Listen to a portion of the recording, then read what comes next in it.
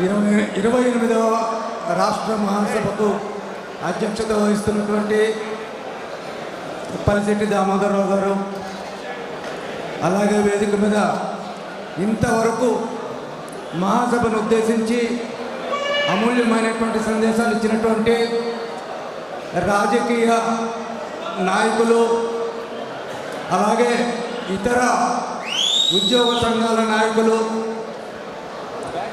మన రాష్ట్ర కమిటీకి సంబంధించినటువంటి నరసయ్య అండ్ ఇతర కార్యవర్గ సభ్యులు, తెలంగాణ ప్రాంతం నుంచి తెలంగాణ ఎంప్లాయీస్ యూనియన్ అధ్యక్షులు, అతిథిగా ఇచ్చేసినటువంటి మన బాబు గారికి, ప్రసాద్ రెడ్డి గారికి, అందరికీ మీ అందరికీ వేలాది మందిగా ఒక క్రమశిక్షణతో 2018 వరకు మన సాంప్రదాయం అది. తర్వాత 2023 తర్వాత తిరిగి ఈరోజు జరుగుతుంది అంటే 2026 28వ రాష్ట్ర మహాసభ.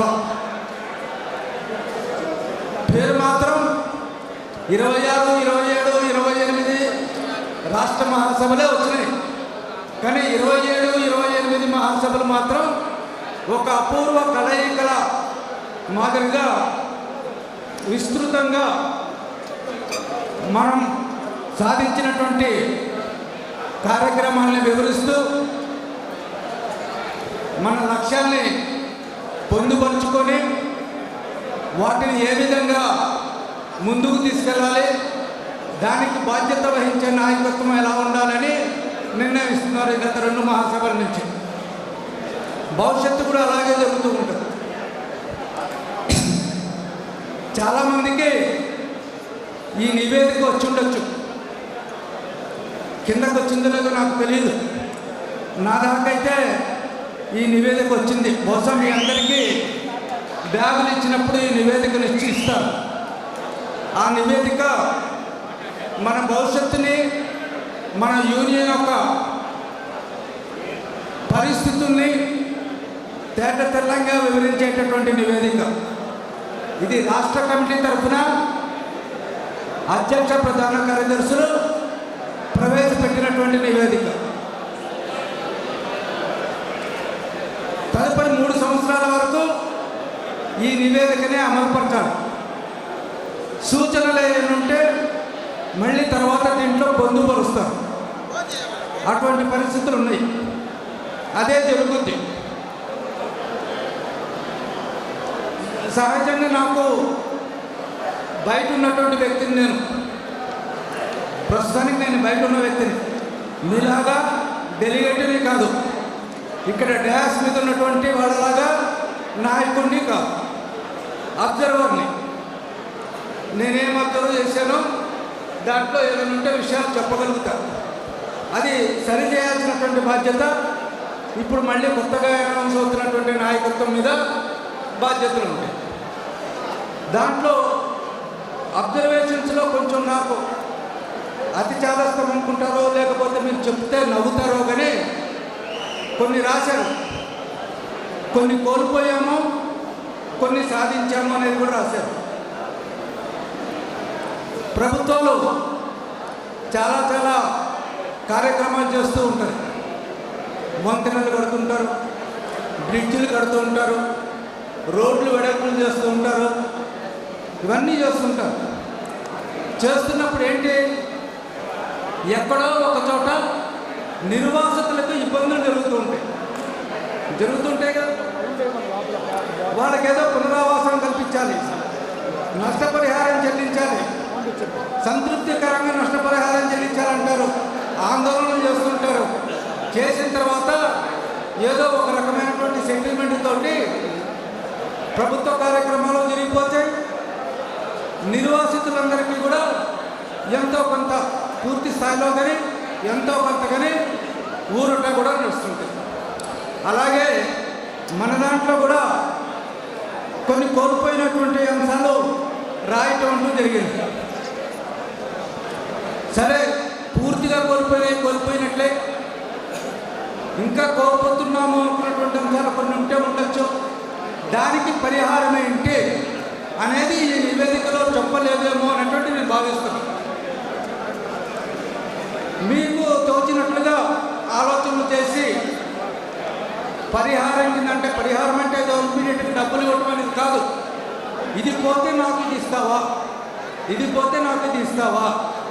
ఉదాహరణకి కోల్పోతున్నటువంటి వాటిలో చెప్పారు ఇక్కడ ఏమని, గతంలో లాగా 4 సంవత్సరాలకే పే రివిజన్ జరగటం లేదు. మనకి ప్రభుత్వ ఉద్యోగుల మాదిరిగానే 5 సంవత్సరాలకే పే రివిజన్ జరుగుద్ది. అంటే వాళ్ళు పే కమిషన్ వేయటం అదంతా రిపోర్ట్ అంతా అయిన తర్వాతనే జరుగుతుంది. సహజం. ఎందుకంటే మనం ప్రభుత్వంలో విలీనం కావాలన్నాం, విలీనం అయిపోయింది. ఉద్యోగుల బాధ్యత అంతా ప్రభుత్వం తీసుకున్నది కాబట్టి అదే రకంగా చేయాల్సిందే, మనం కూడా అంగీకరించాల్సిందే. అంటే బ్లైండ్గా అంగీకరించడమేనా మనకి ఇంకా ఏ మార్గాలు లేవా? మనం ఏ ఒత్తిళ్ళు చేయలేమా? నేను ఇది కోల్పోయా, ఎస్ఆర్పిఎస్ కోల్పోయా, ఎస్బిటి కోల్పోయా, మెడికల్ ఫెసిలిటీస్ కోల్పోయా, లేకపోతే ఇంకా చనిపోయినటువంటి ఉద్యోగుల పిల్లల విషయంలో ఏ రకమైనటువంటి రాయితీలు వస్తున్నాయో అవి కోల్పోయా. ఈ కోల్పోయినంతటికి ఏదో ఒకటి చేయాలి కదా. నా వరకైతే ఒక ఆలోచన చదువుతున్నంత వరకు, ఈ పుస్తకం చదువుతున్నంతసేపు ఇదంతా కోల్పోయారు కదా. అవన్నీ మీరు ఎప్పుడు ఇస్తారో ఆ ఇచ్చే వరకు నా 4 సంవత్సరాల పిఆర్సీ నాకు ఇచ్చేయండి. ప్రతి 4 సంవత్సరాలు మాతో మాట్లాడి మా పిఆర్సీ మాకు ఇచ్చేయండి. మీరు అవన్నీ ఇచ్చిన తర్వాత వాళ్ళతో సమానంగా పిఆర్సీకి వచ్చని ఒక మొండివారు. అందుకైనా మీరు నవ్వుతారో ఏం చేస్తారో తెలియదని, సాధ్యమవుతుందని కాదు, కానీ డిమాండ్ పెట్టడంలో తప్పులేదు అని చెప్పినటువంటి మాత్రం ఒక ఆలోచన. అంటే ఎప్పటికీ కూడా నిరంతరము ఎంత కార్మికుల నుంచి ఉద్యోగులుగా మారిన తర్వాత అయినా సరే మన భవిష్యత్తు ప్రణాళిక ఎప్పుడూ కూడా ప్రభుత్వాలకి, యాజమాన్యాలకి, వాళ్ళు చేస్తున్నటువంటి దమననీతికి వ్యతిరేకంగా మన యొక్క పోరాట కార్యక్రమం రూపొందించుకుంటూనే ఉండాలి. అది కనపడలేదు అన్నది నాకు వస్తుంది. ఇప్పుడున్నటువంటి నాయకత్వం పాజిటివ్గా థింక్ చేసి, ఎన్నుకోబోయేటటువంటి నాయకత్వం దాని మీద థింక్ చేసి, ఈ ప్రభుత్వాన్ని మనం కోల్పోతున్నటువంటి దానికంటే ఎక్కువగా లాభాలు వస్తున్నాయా? సరే, ఎక్కువగా లాభాలు వస్తే మంచిదే. అంత లాభాలు రావడం లేదా? మరి నష్టపరిహారం ఎట్లా అనేటువంటిది కూడా మీ నాయకత్వం పూర్తి స్థాయిలో ఆలోచించి, ఏదో ఎత్తుగడలతోటి ప్రభుత్వాలను ఇబ్బంది పెట్టే విధంగా, సూచనలు చేసే విధంగా పెట్టకపోతే భవిష్యత్తులో చాలా బలహీనమైనటువంటి వాతావరణం ఏర్పడి, ఎవరో చెప్తే మనం చేయాల్సిందే, ఇది మన కర్మ అనేటువంటి పరిస్థితి మాత్రం ఆర్టీసీ ఉద్యోగులు ఎవరికి కూడా రాకూడదు అనేటువంటి ఉద్దేశంతో నాయకత్వం ఆలోచించాల్సిన పరిస్థితి ఉన్నది. తర్వాత నాకు అనిపించింది, ఇక్కడ పెన్షన్ విధానంలో మన యొక్క వైఖరి ఏంటి చెప్పలేదు. నేను అక్కడక్కడ వింటున్నా, మీరందరూ మాట్లాడుతున్నప్పుడు ప్రధానమైనటువంటి నాయకులు మాట్లాడుతున్నప్పుడే విన్నాం. ఆర్టీసీని విలీనం ఎందుకు అడిగాం మనం? ఏదో ఓల్డ్ పెన్షన్ స్కీమ్ వస్తుందనే కదా మనం ఆర్టీసీని ప్రభుత్వంలో విలీనం చేయమని చెప్పేసి అన్నాం.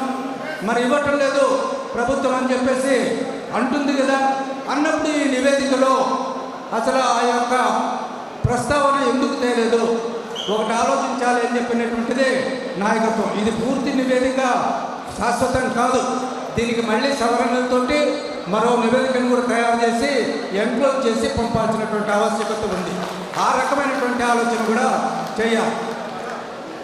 అదే కాకుండా ఆర్థికపరమైనటువంటి ప్రతి మహాసభ అన్నప్పుడు మహాసభలో మన ఆర్థిక అంశాలు కూడా ప్రకటించుకోవాలి.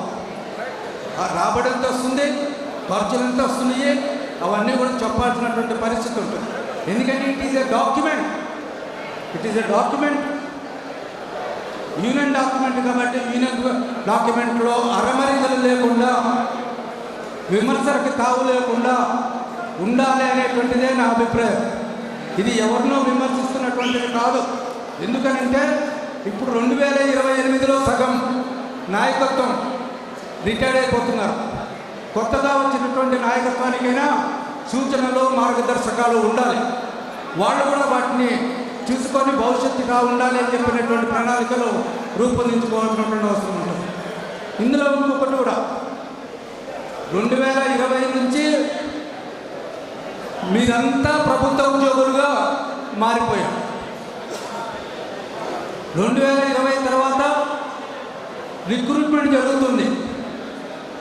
అది కాంట్రాక్ట్లో ఉందా, క్యాజువల్స్లో ఉన్నారా, పర్మనెంట్గా ఉన్నారా, ఏ సర్వీస్ కండిషన్స్ తోటి వాళ్ళు రిక్రూట్మెంట్ అవుతున్నారో బహుశా ప్రభుత్వ ఉద్యోగులతో వాళ్ళ సర్వీస్ కండిషన్స్ తోటే వాళ్ళు ఉద్యోగంలోకి వస్తున్నారన్నాం. కానీ ఆ సంఖ్య కూడా ఇందులో లేదు. 20 నాటికి ఉన్నటువంటి ఉద్యోగులు అంటే మనం నష్టపోతున్నటువంటి వాళ్ళం, ఎందులో ఎంతంత నష్టపోతున్నామని చెప్పినది ఒక బేరీజు వేసుకోవటానికైనా ఉపయోగపడుతుంది. అది లేదు. అలాగే 20 తర్వాత పూర్తి స్థాయి ఆర్టీసీ ప్రభుత్వ ఉద్యోగులుగా నియామకమైనటువంటి వాళ్ళ యొక్క సంఖ్య కూడా లేకపోవటం ఇది పూర్తి స్థాయి విరుద్ధంగా అవుతుంది. కాబట్టి రాష్ట్ర నాయకత్వం తయారు చేసినటువంటి నాయకత్వం ప్రత్యేకంగా దీన్ని తయారు చేసినటువంటి వాళ్ళు ఉంటారు కొంతమంది ఇక్కడ. వాళ్ళందరూ కూడా ఆలోచించాల్సింది ఏంటంటే వాటిని దృష్టిలో పెట్టుకోలేదేమో అనేటువంటి పుణ్యం పడుతున్నాము. పూర్తి స్థాయి నివేదిక కింద కాకుండా దీనికి సప్లిమెంటరీ నివేదిక కూడా తయారు చేసి ఇవాళ ఆర్థిక అంశాలతో పాటు పెన్షన్ ప్రాబ్లం ఏంటి, పెన్షన్ విషయంలో మన యొక్క పోరాటం ఏంటి, మరి కోల్పోతున్నటువంటి వాటి విషయంలో మనం ఏం చేయబోతున్నాం, కేవలం రిప్రజెంటేషన్స్ వరకైనా లేకపోతే మన కార్యాచరణ ఏమైనా ఉందా అనేటువంటిది కూడా నాయకత్వానికి ఒక ఆలోచన అనేది ఉండాలి. ఇది ఆలోచించటానికి మాత్రమే చెప్తున్నా నేను, తప్పు ఒప్పులు అనేది కాదు. ఇటువంటి మహాసభల్లో మాలాంటి వాళ్ళు నేను వస్తానని చెప్పి అనుకోలేదు. ఇక్కడికి మిమ్మల్ని అందరినీ కలవాలనే ఉంది. కానీ మీ నాయకత్వం సాధారణంగా ఆహ్వానించింది. నేనేదో సందేశం ఇవ్వాలని అనుకోలేదు, ఉపన్యాసం చెప్పాలని అనుకోలేదు. ఒకసారి మీ అందరినీ కలిసినట్లుగా ఉంటుంది. అటువంటి అవకాశం ఇచ్చినందుకు మీ రాష్ట్ర నాయకత్వానికి హృదయపూర్వకమైనటువంటి అభినందనలు తెలియజేస్తాను. చాలా సంతోషం అనిపించింది. మనం ఒక ప్రాంతంలో ఒక యూనిట్లో పనిచేస్తున్నాం, రవాణా రంగం అనేటువంటి యూనిట్లో పనిచేస్తున్నాము. కాబట్టి ఇక్కడ పనిచేస్తున్నప్పుడు మన తోటి ఉద్యోగికి ఏం చేయగలము, మన మేధాశక్తితోటి ఏమి చేయగలము, మనకి ఇచ్చినటువంటి బాధ్యతలతోటి ఎంతవరకు రిలీఫ్ ఇచ్చగలము అనేటువంటిది వాళ్ళలో నెలకొల్పాలి. దానికి ఇటువంటి మహాసభలు ఉపయోగపడాలి అనేటువంటి లక్ష్యంతో చేస్తున్నాము. ఆ లక్ష్యంతో మన నాయకత్వం కూడా పనిచేస్తున్నటువంటిది. ఈ రిపోర్ట్లో నేను ఆ పార్టీ చెప్పాను తప్పిస్తే సూచనలు కానీ జరిగినాయి చాలా ఉన్నాయి. చాలా వివరణాత్మకంగా ప్రభుత్వాల దగ్గర ఏ రిప్రజెంటేషన్స్ ఇచ్చాం, ఎన్ని సాధించాం, ఏ రకంగా సాధించాం అనేటువంటివన్నీ కూడా చాలా వివరణాత్మకంగా ఇచ్చారు. ఇంత పెద్ద రిపోర్టు తయారు చేస్తున్నప్పుడు పూర్తి సహకారము, టీం అంతా పూర్తి స్థాయిలో పనిచేస్తున్నప్పుడే అంతా నివేదిక చాలా స్పష్టంగా ముందుకు రావడం అనేటువంటి జరుగుతుంది. కాబట్టి ఎక్కడైనా కూడా సహజమే. ఇవాళ చాలా చోట్ల మీరందరూ కూడా డిఫరెంట్ స్థాయిలో నాయకత్వాలు వహిస్తున్నారు. నాయకత్వం అంటే బాధ్యతతో పనిచేస్తున్నప్పుడు మన వ్యవహార శైలి ఒక్కొక్కసారి మన పక్కన ఎంతో సన్నిహితంగా ఉన్నటువంటి వ్యక్తిని కూడా ఇబ్బంది పెట్టే పరిస్థితి కూడా వస్తాయి. ఇబ్బంది పెడుతున్నట్టు తెలుసున్నాం, నా వలన ఈ వ్యక్తి ఇబ్బంది పడుతున్నాడు అని తెలిసినా కూడా విస్తృత ప్రయోజనాలను దృష్టిలో పెట్టుకొని ఇది తప్పదు, వీడు మళ్ళీ కాబట్టి వీడిని కూర్చోబెట్టి మాట్లాడవచ్చు అనే విధంగా కొన్ని ఇబ్బందులు కలిగినాయి కూడా గతంలో కలిగినాయి, అందరికీ కలిగినాయి, నాలాంటి వాడికి కూడా కలిగినాయి. నేనంతా బ్రహ్మాండంగా నాయకులుగా పుట్టలేదు, నాయకులుగా పుట్టలేదు. కానీ ఎదుగుతున్నప్పుడు, సమకాలీనంలో ఉన్నప్పుడు ఒక్కొక్క స్థాయిలో కొన్ని గాయాలు అవుతుంటాయి, మానలేని గాయాలవుతాయి. ఆ గాయాన్ని ఎంతసేపు తలుచుకుంటూ పనిచేస్తే ఫలితాలు రావు. డ్రైవరు వెనకాల ఎవడొస్తున్నాడు అని చెప్పి వెనకాల చూస్తే డ్రైవర్ బస్సు ముందుకు నడపగలుగుతాడా? లేడు. అలాగనే గాయాలు పడ్డటువంటి వాడు ఈ గాయం నాకు తగిలింది, ఇది వెంటనే ఎందుకు తగిలిందో తెలుసు, వెంటనే నయమైపోయి అటువంటి దెబ్బ మరొకసారి తగలకుండా ఉండటానికి గట్టి ప్రయత్నం చేయగలిగితేనే వాడు నాయకుడిగా ముందుకు వెళ్తాడు, పైకెళ్తాడు. తప్పిస్తే ఈ గాయం నాకు అయిపోయింది కదా అని దాని గురించే బాధపడుతూ ఉంటే కుంగి కుసించిపోతారు. తప్పిస్తే నాయకుడిగా ఎదగలేడు. వాళ్ళ లక్ష్యాల్లో ఉద్యోగులందరికీ ఏదైనా మేలు చేయాలని చెప్పినటువంటి ఆశ తలంపు ఉంటే అది కూడా చేయలేకపోతాడు. ఫలితం ఏముంది? బాధ మిగిలిపోతుంది. దానివల్ల నీ ఆరోగ్యం పాడైపోతుంది. నువ్వు ఆశించినట్లుగా నిన్ను నమ్ముకున్నటువంటి ఉద్యోగులు కార్మికులకి మేలు చేసినటువంటి వాడివి కాకపోతే ఉపయోగం కాదు కదా. కాబట్టి నాయకత్వ స్థాయిలో ఉన్నటువంటి వాళ్ళు కొన్ని నిర్ణయాలు ఎందుకు చేశారు అనేటువంటిది కూడా మనం పాజిటివ్ సెన్స్ తోటి ఆలోచించి దాన్ని గుర్తించాల్సిన పరిస్థితి ఉంటుంది. దాన్ని మనం మనసులో పెట్టుకొని ఇంకా పోటీతత్వంతో పని చేయాలని తెప్పిస్తే నాకు ఈ నష్టం జరిగింది కదా, ఈ నష్టాన్ని నేను జీవితకాలం మర్చిపోను అనేటువంటి ధోరణిలో మాత్రం ఎవరూ ఉండకూడదు అని చెప్పినటువంటిది చెబుతున్నాం. ఎందువల్ల అంటే ఈ మధ్యకాలంలో ఎదురైన కొన్ని అటువంటి పరిస్థితులు మన ఉద్యమానికి నష్టం. తర్వాత ఇప్పుడు ఉద్యమంలో గత సంవత్సరం నుంచి ఈ సంవత్సరం వరకు మనం చేసిన ఉద్యమాలు లేవు. అది కొంచెం బాధగా అనిపిస్తుంది నాకు. దామోదర్ గారితో చాలా చెప్తున్నాను, ఏమీ లేవు. ఉద్యమం అంటే ఉద్యమం చేసి నేను ఇది సాధించానని చెప్పుకోవడం గర్వం. ఉద్యమం ఏమి చేయకుండా పైరవీలతో నువ్వు ఏం చేసినా అది నీ దాకా చేరు. నువ్వు పైరవీలో నువ్వు ఎంతో నష్టపోయి ఉండొచ్చు. అవసరమైతే నీ ఒక శ్రామిక వర్గం గురించి, ఒక ఉద్యోగుల గురించి ఎవడి కాళ్ళలో పట్టుకొని ఉండొచ్చు, నీ అభిమానాన్ని చంపుకొని కూడా. కానీ అది గుర్తుండిపోదు కదా. అంటే మనం పోగొట్టుకున్న దాంట్లో ఏదైతే ఖరీదైనటువంటిది పోతుందో దాన్ని తిరిగి సంపాదించుకోవాలంటే ఎవరైనా సరే తిరగబడాల్సినటువంటి అవసరం వస్తే తిరగబడాల్సిందే. అదే ఎంప్లాయీస్, అదే ఎర్ర జెండా నేర్పింది, అదే ఇంకా ప్రగతి కనపడుతుంది. ప్రతి ఒక్కడు ఎర్ర షర్ట్ వేసుకొని తెల్ల ప్యాంట్ వేసుకొని రావాలని చెప్పేసి అన్నారు. అలాగా వచ్చినటువంటి వాడు ప్రతి ఒక్కళ్ళకి కూడా తెల్ల కండువా కప్పి దాని మీద ఎర్ర అక్షరాలతోటి నేను ఇంకా పోరాట మార్గంలోనే ఉన్నాము అనే విధంగా సంకేతాలు ఇస్తూ ఈ మహాసభలు జరుగుతున్నాయి. కాబట్టి ఎటువంటి పోరాట కార్యక్రమం నేను జరపలేదు అని చెప్పినట్లుగా ఈ 3 సంవత్సరాల కాలంలో నాకు అనిపిస్తుంది. ఒకవేళ పొరపాటు ఉంటే నేనే సరిదిద్దుకుంటాను, లేకుంటే దాని గురించి మీరు ఆలోచించాల్సినటువంటి ఆవశ్యకత ఉంది అనేది నాయకత్వానికి సూచన చేస్తుంది. ఎందుకంటే నేను పెద్దోడిని కదా, నా ఎంట్రుకలు చూస్తున్నారు కదా, తెల్లగైపోయినాయి కదా. 8 సంవత్సరాలు అయిపోయింది. ఏది అన్ని బాధ్యతలు తొలగించుకున్నా అక్కడ తెలంగాణ ప్రాంతంలో ఎర్ర జెండా ఇంకా ఇబ్బందికి వచ్చింది. ఇబ్బందులకు గురి చేశారు. మన మీద పక్కన ఉండి మనతో నమ్ముకొని మనం ఇచ్చినటువంటి పదవులతోటి గురించి కాదు, అక్కడ జెండాకి కలిగినటువంటి నష్టాన్ని ఏ రకంగా సరిదిద్దగలము అని చెప్పిన సరే అక్కడ బాధ్యతల్లో ఉన్నాం.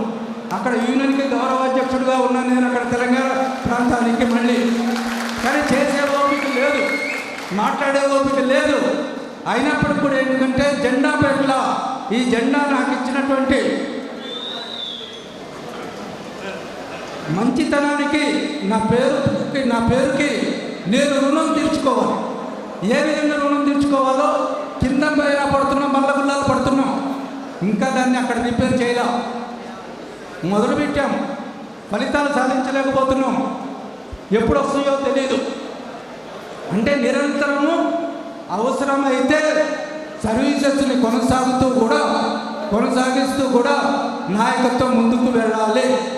కాబట్టి పెన్షన్ పట్ల ఏంటి మన వైఖరి, అదే రకంగా వేతనాల సవరణ ఇదే కంటిన్యూ అవ్వాలని చెప్పేసి అంటే నేను కోల్పోయినటువంటి అంశాల పట్ల ప్రభుత్వ వైఖరి ఏంటి, అదే రకంగా హాస్పిటల్ సౌకర్యాల విషయంలో ప్రతిసారి ఏదో ఏదో చెప్తున్నారు తప్పిస్తే పూర్తి స్థాయి రిలీఫ్ మన ఉద్యోగుల వరకు కూడా అందినట్లుగా కనబడటం లేదు. దాని పట్ల ఏంటి, అవసరమైతే తిరగబడుతుంది. మేము కాదు తిరగబడేది, మా ఉద్యోగులు తిరగబడతారు. మేమేమీ చేయలేకపోతున్నాం, మా ఉద్యోగులు ఒప్పుకోవటం లేదు, మేము రెడీగా ఉన్నాము అని మనం అటువంటి వాయిస్ ఈ యొక్క రిపోర్ట్లో కనపడలేదు అని చెప్పి అంటున్నాం. ఇది ఎవరినో కించపరచడానికి మాత్రం కాదు. మిమ్మల్ని అందరినీ కలిసిన తర్వాత నాకు మళ్ళీ పాత స్థాయి బలం వచ్చింది అనిపిస్తుంది.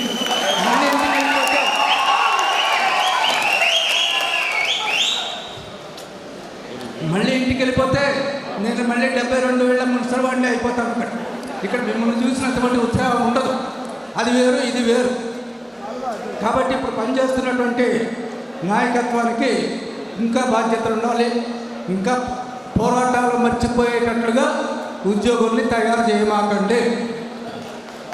అడపా న్యాయమైనటువంటి డిమాండ్ల గురించి పోరాటం ఉండాల్సిందే. ఎందుకంటే ఈ పోరాటాలు పురిటిగడ్డలు వచ్చే మనం పుట్టాం. ప్రభుత్వ ఉద్యోగులుగా మారిపోవడంతో పోరాటాలకి ఫుల్ స్టాప్ అనేది ఎక్కడా లేదు. ఎవరైనా అక్కడ చూస్తున్నాం కదా, ఇవాళ ఇరాను ఇరాకు, లేకపోతే ఇజ్రాయిల్ ఇరాను, అమెరికా ఇరాను యుద్ధాలు జరుగుతున్నాయి. తప్పదండి. అంటే ఏదో ఒక సమస్య మనమంతటా మనం క్రియేట్ చేసుకోవాల్సిందే. అందులో ఏది ప్రాధాన్యత, మళ్ళీ చిరస్థాయిగా ఈ నాయకత్వం రేపు పొద్దున చిరస్థాయిగా నిలబడిపోవాలని చెప్పేసి అంటే ఎంచుకోండి. పెన్షన్ యొక్క వైఖరి ఏంటి, ఏ రకంగా పెన్షన్ గురించి మనం నినదిద్దాం, ఏ రకంగా పోరాటం చేద్దాం, ఏ రకంగా దీన్ని రిప్రజెంటేషన్ చేద్దాం. ఒక మంచి పెన్షన్కి ఇప్పుడు పొందుతున్నటువంటి సౌకర్యాలు కాకుండా 2020 కంటే ముందున్నటువంటి ఆర్టీసీ ఉద్యోగులందరికీ కూడా పెన్షన్ విషయంలో ఏంటి మార్గం అనేటువంటిది మీరు ఆలోచించండి. మీరు రాబోయేటటువంటి కాలంలో చిరస్థాయిగా మీ నాయకత్వాన్ని గుర్తు చేసుకునే విధంగా కార్మికులు ఉంటారు, ఉద్యోగులందరూ కూడా కలిసి ఉంటారని చెప్పి తెలియజేయడం జరిగింది. ఏదేమైనప్పటికైనా మిమ్మల్ని అందరినీ చూడటం ఒక సంతోషం. మిమ్మల్ని చూడటానికి అవకాశం కల్పించినటువంటి నాయకత్వానికి మరీ శుభాకాంక్షలు తెలియజేస్తున్నాను. ఇక్కడ ఆతిథ్యం ఇచ్చినటువంటి ఒంగోలు రీజన్ వాళ్ళు, ఒంగోలులో పనిచేస్తున్నటువంటి వివిధ స్థాయిల నాయకులందరూ కూడా చాలా బాగా ఏర్పాట్లు చేశారు. ఎక్కడ ఎటువంటి పొందులు లేకుండా అందరికీ మంచి భోజనం ఏర్పాటు చేసి అందరికీ చేసినందుకు ప్రత్యేకంగా మీ అందరి తరఫున, నా తరఫున, ఒంగోలు రీజనల్ కమిటీ వాళ్ళకి, ఒంగోలులో పనిచేస్తున్నటువంటి అన్ని స్థాయిల నాయకులకి ధన్యవాదాలు, కృతజ్ఞతలు తెలియజేస్తూ, ఇది నేనేంటో కేవలము మీరు ఆలోచించటానికని చేసినటువంటి సందేశం, ఉపన్యాసం కూడా కాదు. ఉపన్యాసాలు చెప్పించిపోయారు, సందేశం మాత్రమే. ఈ సందేశాన్ని పాజిటివ్గా థింక్ చేసి రిపోర్టుని కరెక్ట్ పద్ధతుల్లో చేసుకుంటూ మరో సప్లిమెంటరీ రిపోర్టును కూడా పంపిస్తారని చెప్పి ఆశిస్తూ ఈ అవకాశం కలగజేసి మిమ్మల్ని అందరినీ కలుసుకున్నందుకు, మీతో పాటు ఇప్పటి వరకు కలగజేసినందుకు మీ అందరికీ హృదయపూర్వక నమస్కారాలు తెలియజేస్తూ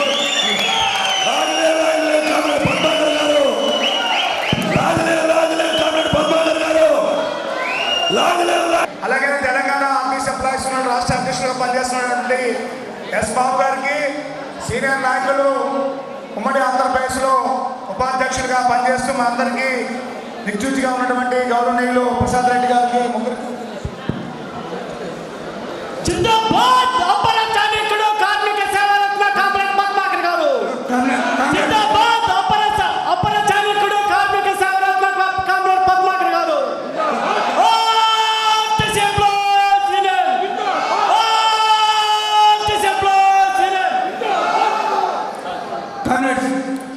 అలవాట్లో పొరపాటు అనుకోవాలి. ఒక విషయం చెప్దాం అనుకున్నాను మీకు.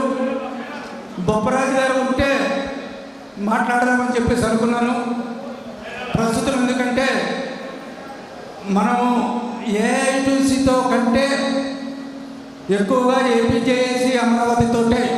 ఎందువల్లంటే ప్రభుత్వ ఉద్యోగులుగా మనం ఉన్నాం కాబట్టి, ప్రభుత్వంలో మనం విలీనమై పనిచేస్తున్నాం కాబట్టి మనకి ప్రభుత్వ ఉద్యోగులతో ఏపీజేఏసీ అమరావతి తోటి సంబంధాలు ఏర్పడ్డాయి. ఆ ఏర్పడినటువంటి తీరులో వాళ్ళు కూడా పూర్తి స్థాయిగా మనకి సహాయ సహకారాలు అందిస్తున్నట్లుగానే రిపోర్ట్స్ ఉన్నాయి. తర్వాత బొప్పరాజు గారు మాట్లాడినప్పుడు ఆ 2-3 నిమిషాలు నేనేమనుకున్నానంటే ఇది ఏపీజేఏసీ అమరావతి సమావేశమా అనుకున్నా. ఎందుకంటే రిపోర్ట్ అంతా ఆయనే ఇచ్చాడు. కాబట్టి ఏంటంటే ఆయనతో కలిసి ప్రయాణం చేస్తున్నారు, ఆయనతో కలిసి అనేక పనులు చేపిస్తున్నారు.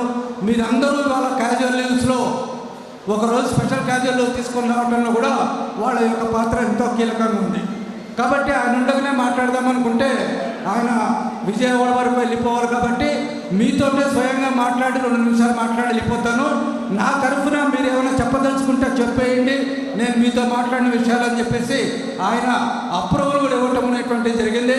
ఆయనతో ఒకటే చెప్పాను, ఏపీజేఏసీ అమరావతి సెక్రటరీ జనరల్గా మన దామోదర్ గారికి, అంతకుముందు బాబీరావు గారికి ఒక ఫుల్ రిలీఫ్ ఇచ్చి రాష్ట్రమంతా తిరగటానికి అవకాశాలు ఇచ్చారు. ఆ రాష్ట్రమంతా ఇప్పుడు తిరుగుతున్నారు. మీరు అందరూ కూడా చూస్తూనే ఉన్నారు. నాకు ఒక డౌట్ వచ్చింది, మన యూనియన్కి ఏమైనా హెలికాప్టర్ ఏమైనా కొనిచ్చారా అని చెప్పేసి. ఎందువల్ల అంటే పొద్దున పూట ఎక్కడ ఉంటాడు, విజయనగరంలోనూ శ్రీకాకుళంలోనూ, సాయంకాలం మీటింగ్లో ఒంగోలులోనూ నెల్లూరులోనూ కనిపిస్తుంటాడు మీ దామోదర్. ఎందుకంటే ఆయనకు వచ్చినటువంటి రిలీఫ్కి న్యాయం చేయలేరు కాబట్టి తిరుగుతూ ఉన్నాడు. ఇక అది మనం దాపరికం లేకుండా చెప్పుకునేటప్పుడు గత మహాసభలప్పుడే బొప్పరాజు గారితో చెప్పారు, ఒక రిలీఫ్ సరిపోదు, 2వ రిలీఫ్ ఉండాల్సిందే మా వాడికి. కాబట్టి జనరల్ సెక్రటరీ ఎవరైతే ఉన్నారో అతనికి రిలీఫ్ ఇవ్వండి మీరు, అతను ఆయన కొంచెం సహాయకారిగా ఉంటాడు. దామోదరు ఆరోగ్యం కూడా అంతంత మాత్రమే, దాన్ని పణంగా పెట్టి పనిచేస్తున్నాడు. నాకు ఎక్కువగా తెలుసు, నాకంటే ఎక్కువగా వాళ్ళ శ్రీమతికి తెలుసు ఆయన ఆరోగ్యం ఎటువంటిదే లేదు. కానీ ఇవాళ పని చేస్తున్నాడు, మీరు పని చేయించుకుంటున్నారు, అది మీ స్వార్థం. ఆయనకి బాధ్యత ఉంది కాబట్టి ఆయన పని చేస్తున్నాడు. కాబట్టి వాళ్ళ మళ్ళీ అదే గుర్తు చేసే ఆయనకి, బొప్పరాజు గారికి, మీరు చాలా పెద్ద ఉపన్యాసం ఇచ్చారు. నాకు ఇచ్చినటువంటి డిమాండ్ 3 సంవత్సరాల పాటు పరిష్కారం కాలే. మరి మీతో కలిసి మేము ప్రయాణం చేస్తున్నామా లేదా అనేటువంటిది నాకు డౌట్ వచ్చింది. అన్న కాదు, ఎటువంటి పరిస్థితుల్లో కాదు, రేపే మాట్లాడతాను. మరో రిలీఫ్ గురించి, మరో సౌకర్యం గురించి ఎంప్లాయీస్ యూనియన్కి ఇవ్వడానికి నేను శాయశక్తులా కృషి చేస్తాను, ఇది నా వాగ్దానం అనేది ఆయన చెప్పడం కూడా. అలాగనే అఫిలియేషన్ ఫీజు విషయంలో కూడా ఏపీజేఏసీ అమరావతికి అఫిలియేషన్ కట్టాలి. మనం కట్టకుండా ఫ్రీ వర్క్ అని చెప్పేసానంటే ఇవాళ ప్రభుత్వం ప్రకటించినట్లుగా ఆర్టీసీ బస్సుల్లో మహిళలకు ఫ్రీ అన్నట్లుగా మనం కూడా జేఏసీ అమరావతి తోటి ఫ్రీగా పనులు చేయించుకుంటానంటే అది ఎక్కడా కుదరదు. కాబట్టి మనము ఏ విధమైనటువంటిదో మాట్లాడుకొని చేసుకొని ఒక అంగీకారమైనటువంటి యోగ్యంతో ఇవాళ అఫిలియేషన్ ఫీజు ఏపీజేఏసీ అమరావతికి కూడా కట్టాల్సినటువంటి పరిస్థితి ఉంది. అది కూడా ఇందులో నివేదికలు పొందుపరుస్తూ అది కూడా మరి ఏటాలు కడతారా, 2 సంవత్సరాలు కడతారా, 3 సంవత్సరాలు పడతారా, వాళ్ళ నిబంధనలు ఏంటో నాకు తెలియదు. కానీ ఆ రకంగా ఆ యొక్క ఫీజు కూడా ఏర్పాటు చేయాలి, అది కూడా విజ్ఞప్తి చేయండి అనే విధంగా బొప్పరాజు గారు చెప్పడం అనేటువంటి జరిగింది. ఇది మర్చిపోయాను ఫ్లోలో, ఎందుకంటే అలవాటు తప్పింది కదా, కాబట్టి కొంచెం మర్చిపోతున్నాను. ఇంకోసారి మళ్ళీ మర్చిపోయానని చెప్పి రాడు తోటి సెలవు. Thank you sir.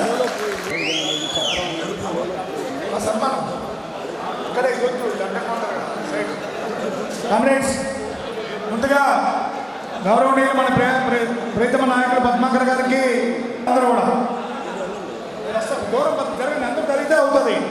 స్వాగతం చేయాలి.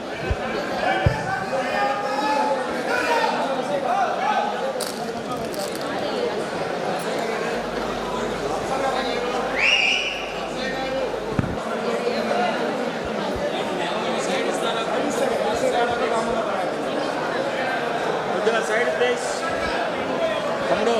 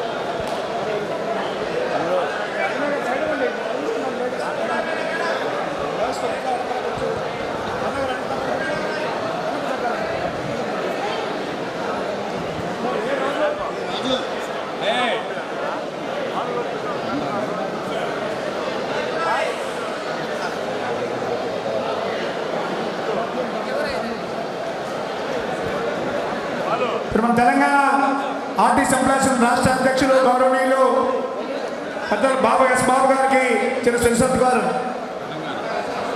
తెలంగాణ చెప్పొచ్చు కదా మీరు ఎవరో.